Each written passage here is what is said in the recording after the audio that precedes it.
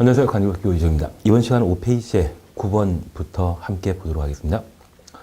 건축법령상 다음 중 건축물의 바닥 면적에 산입하는 것 찾도록 되어 있습니다. 1번 승강기탑, 계단탑, 옥탑. 승강기탑과 계단탑은 사람이 직접 이용하는 공간이 아니기 때문에 바닥 면적에 배제하게 됩니다. 대신 이 옥탑, 옥탑방이라는 말 들어본 적 있죠? 옥탑은 바닥 면적에 산입되게 됩니다. 그리고 2번입니다. 공택의 필로티. 공대에 설치되어 있는 필로티의 경우는 그 사용 목적이 무엇이랑 관계없이 항상 바닥 면적에서 제외시키고 있습니다. 특별히 공택 아닌 건축물의 경우는 저 필로티가 주차, 통행에 전용되는 때 바닥 면적에서 제외시키고 있습니다. 그리고 3번입니다. 공동택으로 지상층에 설치한 생활 폐기물 보관함. 여기 생활 폐기물을 보관함은 쓰레기 분리수거하기 위한 공간으로서 공택에 설치되어 있다고 하면 바닥 면적에 배제하고 건축 면적에서도 배제하고 있습니다. 그리고 4번 장애인용 승강기, 장애인용 에스컬레이터.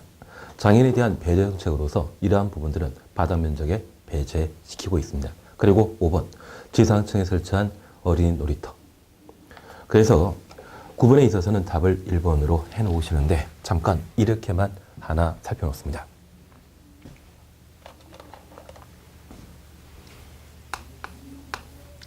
여기 바닥 면적과 관련되어서는 건축물의 연면적을 구성하는 구성 요소에 해당되게 됩니다. 그래서 바닥 면적에 대한 개념. 하나의 건축물의 각 층에 벽 또는 기둥에 구획 중심선으로 둘러싸인 수평 투영 면적을 바닥 면적이라 하고 일부 배제하고 일부를 포함시키는 공제와 관련되어서는 노대에 해당되게 되는 발코니 그리고 베란다와 관련되어 공제에 관한 사항들을 적용하게 됩니다. 특별히 이와 관련되어서는 이 노대가 접해 있는 가장 긴 외벽에 1.5m를 곱한 값을 뺀 면적을 바닥 면적에 제외시켰습니다. 그리고 배제에 관한 사항들을 우리가 함께 살펴보시는데 첫 번째 우리가 기억하실 것은 필로티와 관련된 사항들을 함께 살펴놓습니다. 이 필로티가 공동택에 설치된 경우라면 그 사용 목적과 관계없이 항상 바닥 면적에서 제외시키는데 공동택 외 건축물인 경우에는 주차에 전용하거나 통행에 전용하는 때 바닥 면적에서 제외시킵니다. 그리고 공동택 지상층에 설치되어 있는 전기실, 기계실, 어린이 놀이터, 조경시설, 생활 폐기물 보관한 면적에 대해서는 바닥 면적에서 배제한다라는 점 기억해 뒀습니다. 그리고 건물 옥상에 설치되어 있는 구조물로서 승강기탑, 계단탑 등은 바닥 면적에서 제외시키고 특별히 다락과 관련되어서는 그 다락의 층고가 1.5m 이하인 때 바닥 면적에서 제외시키고 저 다락의 지붕 구조가 경사진 지붕 구조라고 하면 1.8m 이하인 때 바닥 면적에서 제외시키고 있습니다. 그 밖에 장애인용 에스컬레이터 등에 관한 사항 한번 확인해 놓습니다. 그래서 이 바닥 면적과 관련되어서는 지금 구분과 관련된 내용들 살피시면서 특히 옥탑과 관련된 사항은 바닥 면적에 반영되고 승강기탑과 계단탑은 바닥 면적에 대입시킵니다. 대신 1번의 옥탑이 존재하기 때문에 바닥 면적에 반영되는 것으로 파악해 놓습니다. 10번 함께 보십니다. 건축법령상 대지 면적이 200제곱미터인 대지에 건축되어 있고 각종 바닥 면적이 동일한 지하 1층, 지상 3층인 하나의 평지붕 건축물로서 용적률 150%일 때 그 건축물의 바닥 면적은 얼마인가? 그러면 우리 이렇게 잠깐 살펴보겠습니다.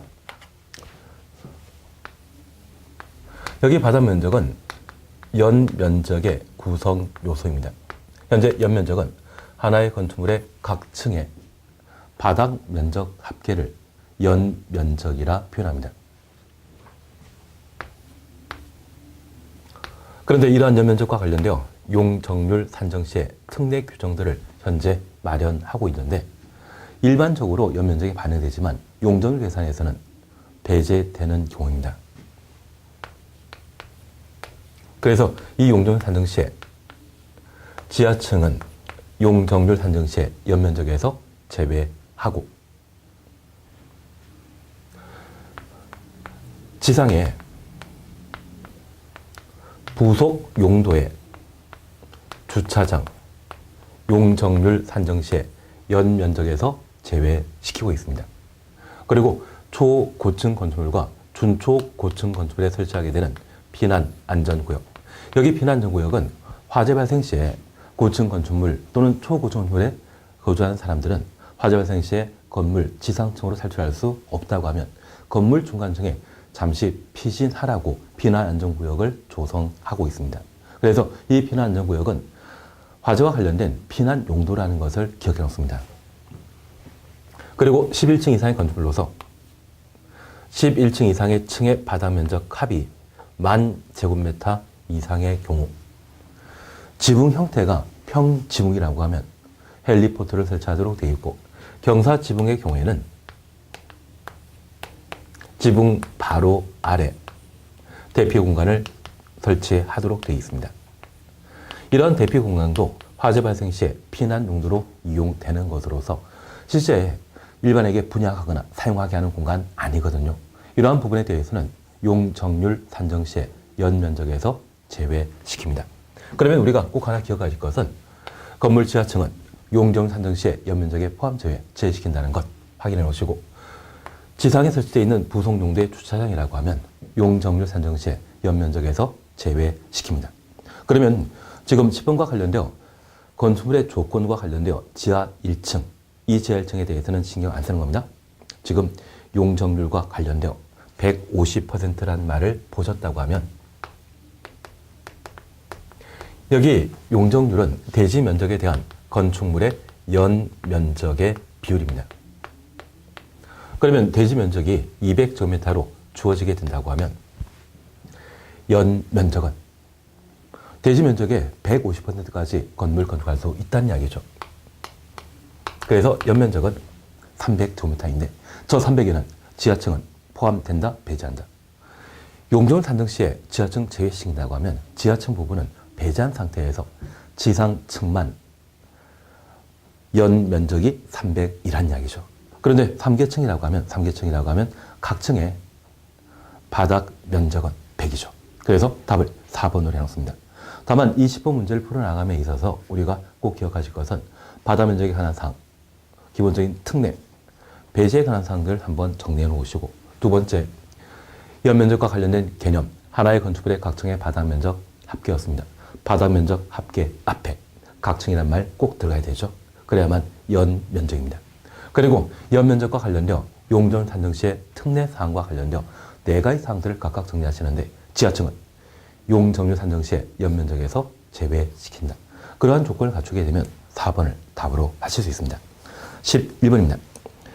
건축의 면적, 높이, 층수 산정에 관한 설명으로 옳지 않은 것 찾도록 되어 있습니다. 1번 건축 면적. 외벽 중심이라는 말 보게 되면 이것 1번 맞죠.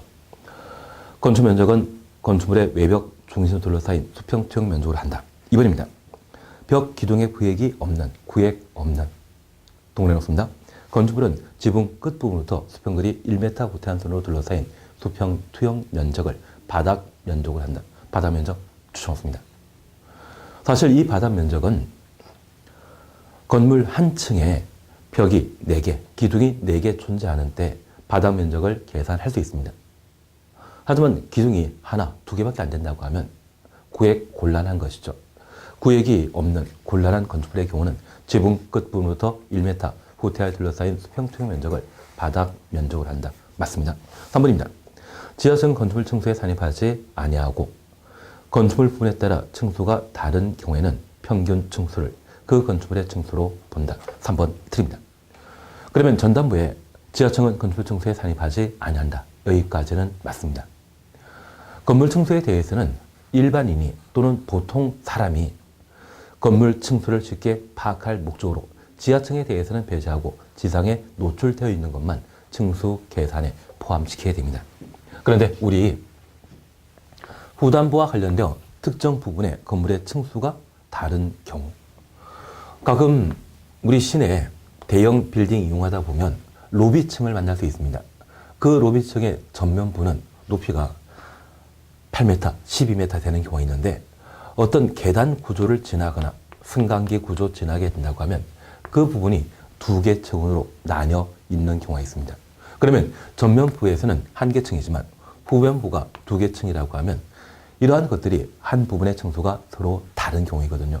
만약 이런 경우라면 가장 많은 층수를 해당 부분의 층수로 파악하게 됩니다. 그래서 이 부분은 한 개 층이 아니라 두 개 층으로 계산하게 된 겁니다. 그래서 평균 층수 이름만 쓰는 것이 아니라 가장 많은 층수를 해당 건물의 층수로 본다. 답을 3번을 해놓습니다. 4번 지하층의 지표면에 관한 표현인데 한번 확인하고 지나가십니다. 다만 이 지하층의 지표면 산정 기준과 관련되어서는 감정평가사 시험에 주로 출제하는 사안이고 한번 확인해 놓으시는데 가중평균이란 말 확인되시겠습니까? 그것만 확인해 놓습니다. 그리고 5번입니다. 사업계획 승인 대상의 공택 중에 세대별 전용 면적이 85제곱미터 이하의 공동택에 승강기 탑 등의 옥상 부분으로서 그 수평투영 면적 합계가 수평투영 면적 합계 동일해 놓습니다. 해당 건축물의 건축 면적 동일해 놓습니다. 6분의 1 이하인 것은 층수에 산입하지 아니한다. 그러면 층수 산정과 관련되어 다시 이렇게 한번 살펴놓습니다. 건물 층수는 지상에 노출되어 있는 것만 층수 산정에 반영하도록 되어 있습니다. 지하층은 제외시킨다라는 것 기억해 놓습니다.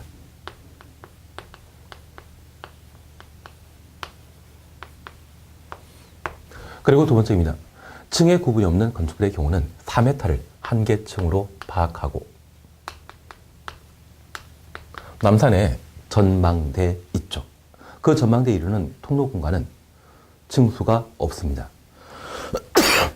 그처럼 층의 구분이 곤란한 경우에는 4m를 한 개 층으로 판단한다는 점 확인만 해놓습니다.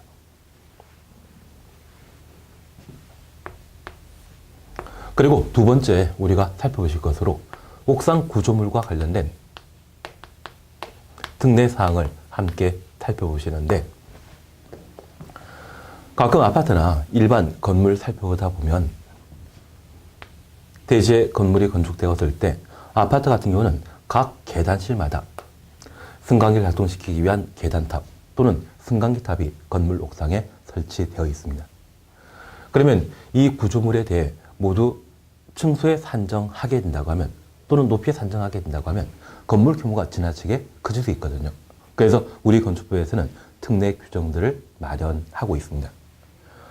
우리 건축부에서는 옥상 구조물과 관련되어 일반적으로 건물 옥상에 설치되어 있는 옥상 구조물의 수평 투영 면적이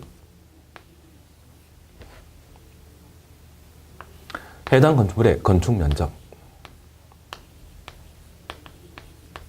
저 건축 면적의 8분의 1 이하라고 하면 해당 부분에 대해서는 층수 산정에서 아예 배제시키게 됩니다.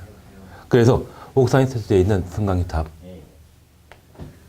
이러한 것들이 2개, 3개 존재한다고 하면 이 모든 옥상 구조물의 수평 투영 면적을 합쳤을 때 각각 50제곱미터라고 하면 100제곱미터로 계산할 수 있습니다.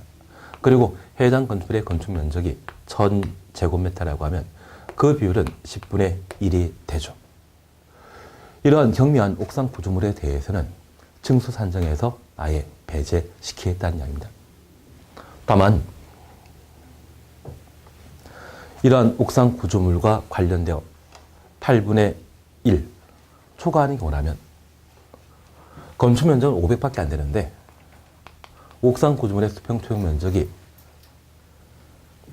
100이라고 하면 그때는 5분의 1 되죠. 8분의 1보다 큰 수죠. 만약 그런 경우라고 하면 저 옥상 구조물이 만약 8m이고 본 건물의 층수가 현재 5층짜리라고 하면 층의 구분이 없는 건축물의 경우는 4m를 한 개 층으로 파악하기 때문에 이 경우에는 7층짜리 건물이 되게 될 겁니다. 그래서 옥상 구조물의 수평 투영 면적 합은 해당 건축물의 건축 면적과 비교하게 되었을 때 8분의 1 이하인 경우에는 층수 계산에서 아예 배제한다는 것 확인해 놓습니다. 특별히 사업계획 승인 대상의 전용 면적 85제곱미터 이하의 공동주택의 경우에는 이땐 6분의 1로 그 기준을 완화시키고 있다는 것 확인해 놓습니다.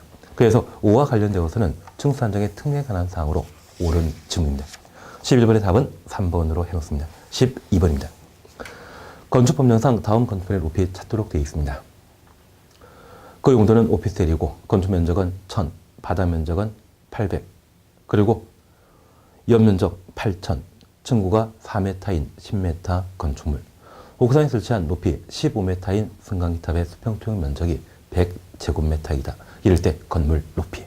그러면 우리가 잠깐 구분해 놓게 있습니다. 건물 높이는 지표면으로부터 건물 상단까지의 거리를 건축물의 높이라 표현하게 됩니다. 그러면 층고가 4m인 10층짜리 건물이라고 하면 본체 건물의 높이는 40m가 되게 됩니다. 그리고 이 높이에 있어서도 옥상 구조물에 대한 특례 규정들을 현재 마련하게 되는데, 옥상 구조물의 수평투영 면적 합계와 해당 건축물의 건축 면적의 비율이 8분의 1 이하라고 하면 옥상 구조물이 12m 초과하는 때 12m 초과하는 부분만 건물 높이에 반영하도록 되어 있습니다. 그래서 본 건물은 현재 40m인데 해당 건축물의 용도가 오피스텔이고 건축 면적이 1000제곱미터이며 옥상에 설치되어 있는 승강기탑 등의 수평 투영 면적이 100제곱미터라고 하면 건축 면적과 옥상 구조물의 수평 투영 면적은 10분의 1로서 8분의 1 이하이죠. 만약 이런 경우라고 하면 특례 인정되기 때문에 옥상 구조물이 12m 초과하게 되면 초과하는 부분만 건물 높이에 반영하도록 되어 있습니다. 옥상 구조물이 15m라고 하면 12m까지는 건물 높이에 반영하지 않고 초과는 3m만 건물 높이에 반영하도록 되어 있습니다. 그래서 이러한 조건을 갖추고 있는 건물이라고 하면 건물 높이는 바로 2번 43m가 되게 됩니다. 그래서 우리 건축에 대한 규모 산정과 관련되어 층수, 높이에 관한 사항들을 각각 살펴보셨는데, 여기 층수와 관련되어서는 층의 구분이 없는 건축물의 경우는 4m를 한계층으로 하고 지상에 노출된 것만 층수에 반영한다. 지하층 배제하고 있습니다. 그리고 옥상 구조물로서 옥상 구조물의 수평 투영 면적 합계와 건축 면적의 비율이 8분의 1 이하라고 하면 층수 산정에서 배제한다. 그리고 높이는 건물 지표면으로부터 건물 상단까지의 거리를 높이라 표현하게 됩니다. 그리고 특별 규정과 관련되어 건축에 설치되어 있는 옥상 구조물의 수평 투영 면적 합계와 건축 면적의 비율이 8분의 1 이하라고 하면 옥상 구조물의 높이가 12m 초과 시에 초과하는 부분만 건물 높이에 반영한다. 그러한 특별 규정들을 한번 기억해 놓으신다면 12번과 관련된 문제 풀어가는데 어려움이 없을 겁니다. 13번 함께 보십니다. 용어 정의에 관한 설명으로 옳지 않은 찾도록 되어 있습니다. 1번 건축에 대한 기본적인 설명으로 맞습니다. 2번입니다. 건축물의 용도. 우리 건축법은 건축물의 용도를 28가지로 정해놓고 그 유사한 구조, 이용 형태를 묶어 분류하고 있는데 이러한 것들을 건축물의 용도라 표현합니다. 3번 거실입니다. 여기 거실이라고 하는 것은 특정한 공간에 사람이 장기간 이용하는 공간을 거실이라 표현하는데 이 거실을 이용하기 위한 계단, 복도 등은 거실 부분에서 배제하고 있습니다. 4번 지하층과 관련되어서는 우리가 열심히 보셨죠? 그리고 5번입니다. 공사 감리자는 자기 책임으로 설계도서 작성하고 설계도 만드는 사람은 설계자입니다. 여기 공사 감리자는 설계 동연대로 공사가 이루어지는지 법령에 따라 공사가 진행되고 있는지 확인하는 자를 공사 감리자라 표현합니다. 다만 제가 하나 부탁드릴 것은 우리가 흔히 아파트 공사 현장 또는 각종 건물 공사 현장에 안전 헬멧을 쓰고 설계도 들고 다니면서 공사가 제대로 이루어지는지 확인하는 분을 받습니다. 그러한 사람들을 흔히 감리자라 표현하지만 우리 건축부에서는 그냥 감리자가 아니라 뭐라 표현한다? 공사 감리자라 표현하고 있습니다. 그래서 이 공사 감리자 용어 자체를 한번 확인해 놓습니다. 반면 설계 작성한다. 이 말 나오게 되면 설계자이죠. 그래서 5번 틀린 지문이 됩니다. 그러면 용어 정의와 관련되어 우리가 기본적인 사안들 함께 살펴보셨고요. 이제 건축물 관련 행위로서 건축, 대수선, 리모델링, 유지관리, 실내건축, 용도 변경 등에 관한 사항을 함께 살펴나갑니다.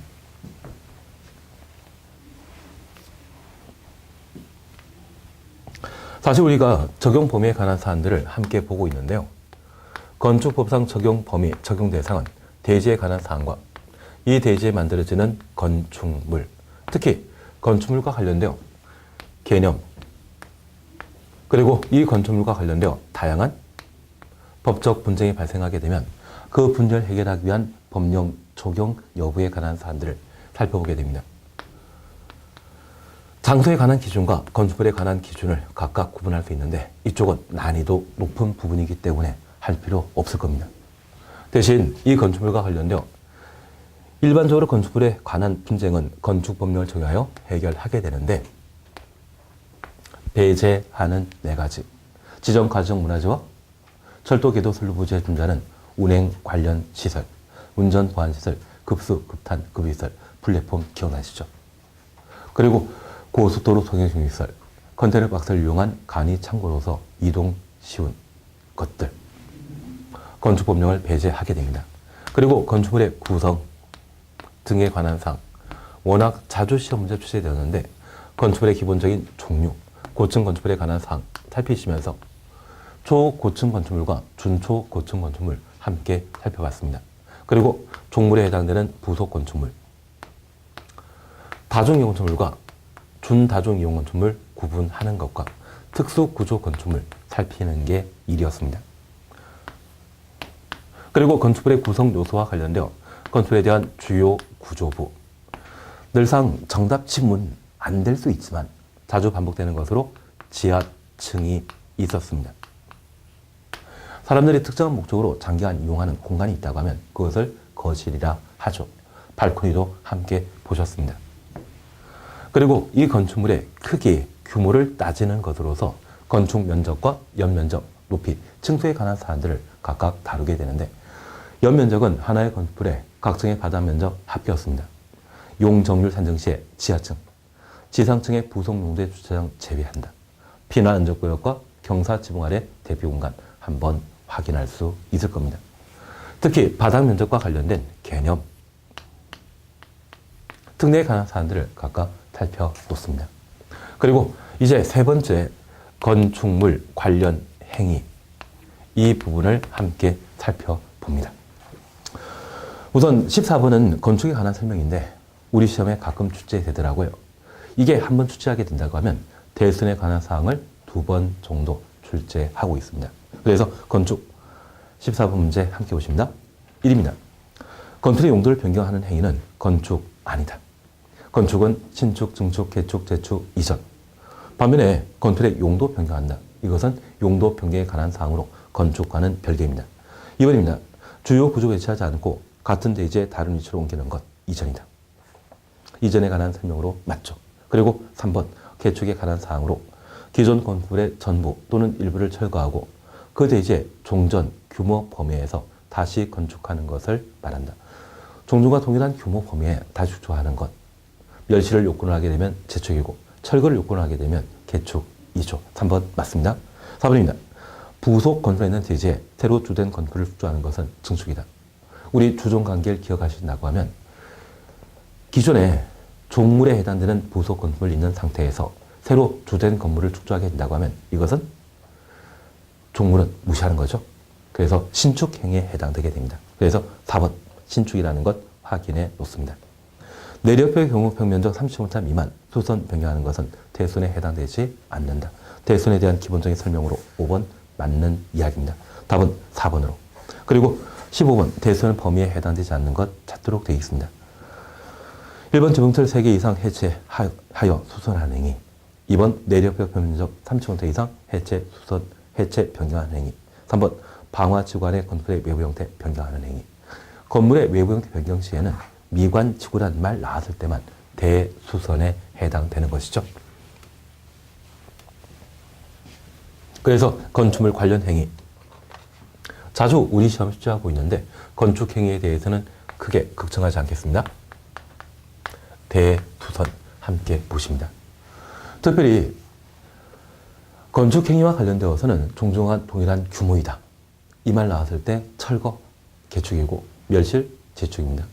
부속 건설에 있는 대지에 새로 주된 건물을 추가하는 것은 신축이죠. 기존 건물이 있는 대지에 새로 건물을 축조하게 된다고 하면 증축 행위입니다. 그래서 부속 건물만 있는 대지에 새로 주된 건물을 축조하게 되면 그때는 신축이라는 것 다시 한번 확인해 놓습니다. 여기 대수선과 관련되어서는 우리가 기본서 함께 공부하면서 시험 볼 때까지 계속 기억하고 있어야 된다. 제가 말씀드린 것게 벽, 3, 계단, 미관이었죠.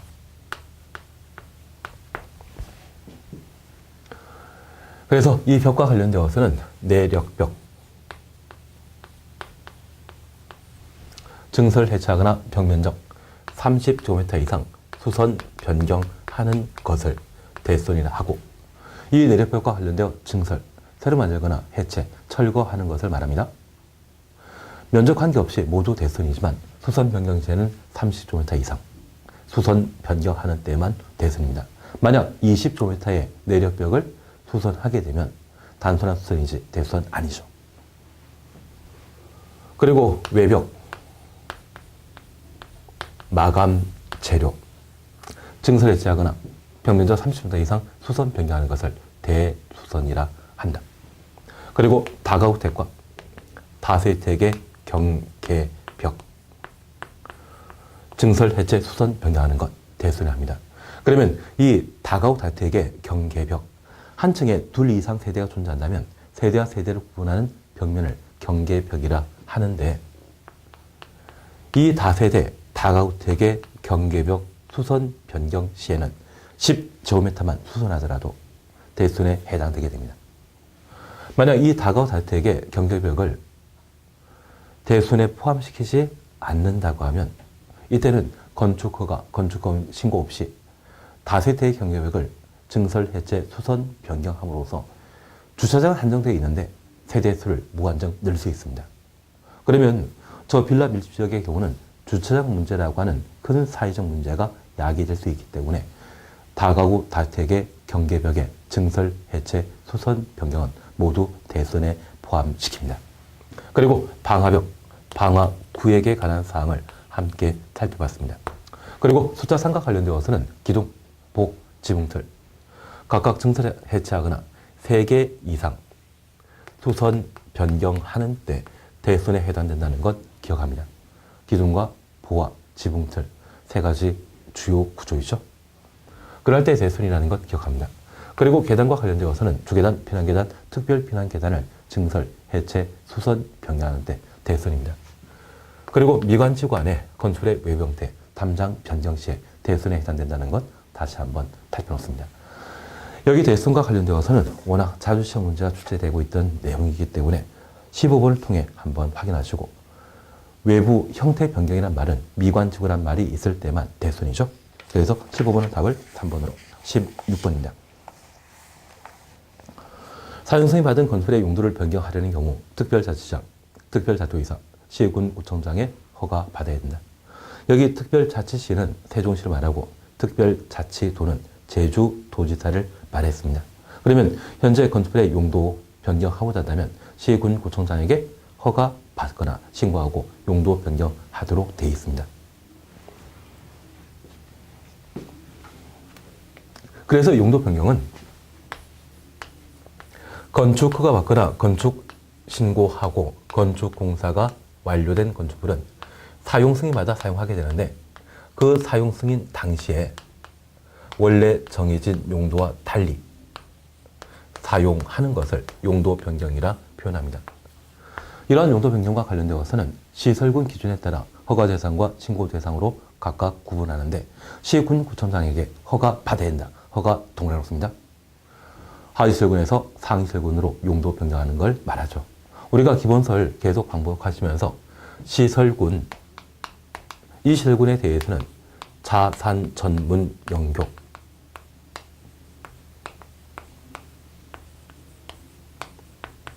근주기란 말을 기억하시면서 9가지 시설군을 함께 보신 적이 있습니다. 자동차 관련 시설군, 산업등 시설군, 전기 통시설군, 문화 지배 시설군, 영업 시설군, 그리고 우리 교재 만들어지고 개정된 사항이 있는데 우리 개정자로 알고 있습니다. 기본서 내용을 좀 토대로 해서 봐놓으시는데 이 교육 복지시설군에 있어서는 올해 야영장 시설을 추가했습니다. 그리고 근린생활시설군, 특히 이 근린생활시설군과 관련되어서는 해설 잠깐 살펴보게 되면 제2종 근린생활시설인 다중생활시설은 제외한다. 이 다중생활시설은 고시원이거든요. 그 고시원에 대해서는 현재 9가지 시설군 중에 영업시설군에 포함되어 있죠. 그래서 근린생활시설군에 제2종 근린생활시설인 다중생활시설 배제한다는 것 확인해 놓습니다. 주거업무시설군과 그 밖의 시설군 9가지입니다. 하위시설군에서 상위시설로 용도 변경하면 이때는 허가받아야 되는 것이죠. 그러면 1번 운동시설을 업무시설로 용도 변경하는 것. 여기 운동시설은 바로 영업시설군에 속해 있습니다. 이것을 업무시설군으로 용도 변경한다. 업무시설은 주거 업무시설군에 해당하게 되죠. 하위시설군을 용도 변경했기 때문에 이 경우는 신고사항입니다. 그리고 2번입니다. 공동택을 일종 근린생활시설로 용도 변경하는 경우 주거 업무시설군에 속하는 것을 근린생활시설군으로 용도 변경하게 되면 이때는 허가 대상이죠. 답을 2번에 넣습니다. 그래서 용도 변경과 관련되어 허가, 신고제 그 관한 사안들을 한번 살펴보는 게 여기였습니다. 그래서 주거 업무시설군에 해당되는 공택을 근린생활시설군인 제1종 근린생활시설로 용도 변경하는 경우는 허가 받아야 된다. 3번입니다. 문화지배시설을 판매시설로 용도 변경하는 것. 문화지배시설군에 속해 있죠. 그리고 판매시설은 영업시설군에 속하게 됩니다. 자산전문연교 근주기, 문화지배시설군을 영업시설군으로 용도 변경하게 되면 신고 대상입니다. 4번 종교시설을 수련시설로, 종교시설은 문화집회시설에 해당됩니다. 그리고 수련시설, 교육연구시설군에 속하게 되죠. 상위시설에서 하위시설군으로 용도 변경이기 때문에 이 경우는 신고. 교육연구시설을 교정 및 군사시설로 용도 변경한 것. 교육연구시설군에서 교정 및 군사시설을 하면 주거 업무시설군으로 용도 변경한 것으로 하위시설군으로 용도 변경했기 때문에 이 경우는 신고사항입니다. 그러면 여기 용도 변경과 관련되어 다시 한번 살펴주실 것으로서 용도 변경에 대한 주무관청은 누구이다? 시도, 지사란 말 쓰게 되면 바로 틀립니다. 항상 시, 군, 구청장. 그래서 만약 특별시장, 광역시장에게 용도 변경에 대한 허가, 신고한다. 그런 취지라고 하면 무조건 틀린 것으로 기억하시고 시설군 9가지 구분하시면서 상위, 하위 시설군을 각각 살펴놓습니다. 그리고 이러한 용도 변경과 관련되어 설계에 관한 사항과 사용 승인에 관한 규정을 각각 준용하게 되는데 그 준용에 관한 사항 교재를 통해 한번 확인해 놓습니다. 특히 용도 변경에 대한 허가 대상으로 바다 면적합 500제곱미터 이상의 경우는 건축사의 설계에 관한 규정을 준용하고 허가 또는 신고 대상으로 바다 면적합 100제곱미터 이상의 경우는 사용 승인에 관한 규정을 준용하도록 되어 있었습니다. 그래서 용도 변경과 관련되어서는 이 정도를 보시면 충분히 여러 문제를 해결하지 않나 싶습니다. 17번입니다. 사용승인 받은 건축의 용도를 변경하기 위해 허가 필요한 경우 1번 업무시설을 판매시설로 용도 변경하는 경우 업무시설은 주거업무시설군에 속해 있죠. 판매시설, 영업시설군에 속하게 됩니다. 하위시설군에서 상위시설로 용도 변경했기 때문에 허가 필요한 용도 변경 답을 1번으로 해놓습니다. 그리고 2. 숙박시설을 제1종 근린생활시설로 용도 변경하는 것. 여기 숙박시설은 영업시설군에 해당되는 것이고 근린생활시설로 용도 변경했기 때문에 2번은 신고 대상입니다. 3번 장례식장을 종교시설로 용도 변경하는 것. 이 장례식장 자체에 대해서는 현재 산업 등의 시설군에 속해 있습니다. 얘를 종교시설로, 문화집회시설군으로 용도 변경하게 되면 신고 대상입니다. 수련시설을 공동택으로 용도 변경하는 경우, 여기 수련시설, 교육, 복지시설군에 속하죠. 얘를 공동택, 주거 업무시설군으로 용도 변경하면 신고 대상입니다. 공장을 관광특혜시설로 용도 변경하는 것, 5번의 경우에도 신고 대상입니다. 18번입니다.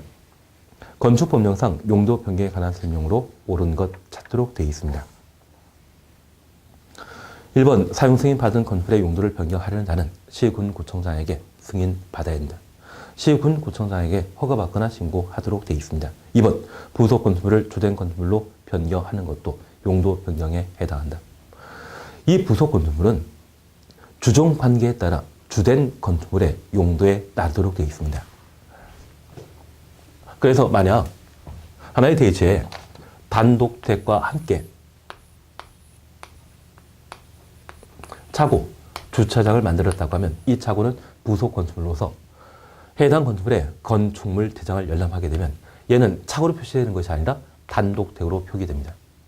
그리고 만약 업무시설이 주된 건축물인데 그에 딸린 차고, 창고 등의 용도에 부속 건물이 있다고 하면 그들은 창고로 분류되는 것이 아니라 업무시설 자체로 파악하게 됩니다. 그러면 이 차고가 건축물 대장에서는 단독주택인데 이 차고를 사람이 거주할 수 있는 주거 공간으로 바꾸게 되면 동일한 용도 안에 용도 변경이죠. 이러한 것들은 용도 변경이 못 됩니다. 기본적으로 용도 변경은 사용 승인 당시에 애초 건물의 사용 목적과 달리 다른 용도로 사용하는 것을 용도 변경이라 표현하게 됩니다. 그래서 부속 건물을 주된 건물로 변경하는 것은 용도 변경 아닙니다. 그리고 3번 건축사의 설계에 관한 사항은 용도 변경에 대한 허가 대상으로 바다 면적합 500제곱미터 이상 용도 변경하는 때 설계를 필요로 합니다. 그래서 허가란 말이 없기 때문에 3번 틀립니다. 그리고 4번입니다. 제2종 근린생활시설인 다중생활시설은 근린생활시설군에 해당한다. 제2종 근린생활시설인 다중생활시설은 영업시설군에 포함되는 것이지 근린생활시설군 아니죠. 그리고 5번입니다. 같은 시설군에 속하는 건축물 상환에 변경하고자 하는 자는 원칙적으로 건축물 내장 기재 내용 변경을 신청해야 한다. 그래서 동일한 시설군 안에 용도 변경에 대해서는 같은 시설군이기 때문에 허가 신고 대상 아닙니다. 만약 이런 경우라면 건축물 대장 기재상 변경 신청 대상인데 우리가 주거 업무 시설군에는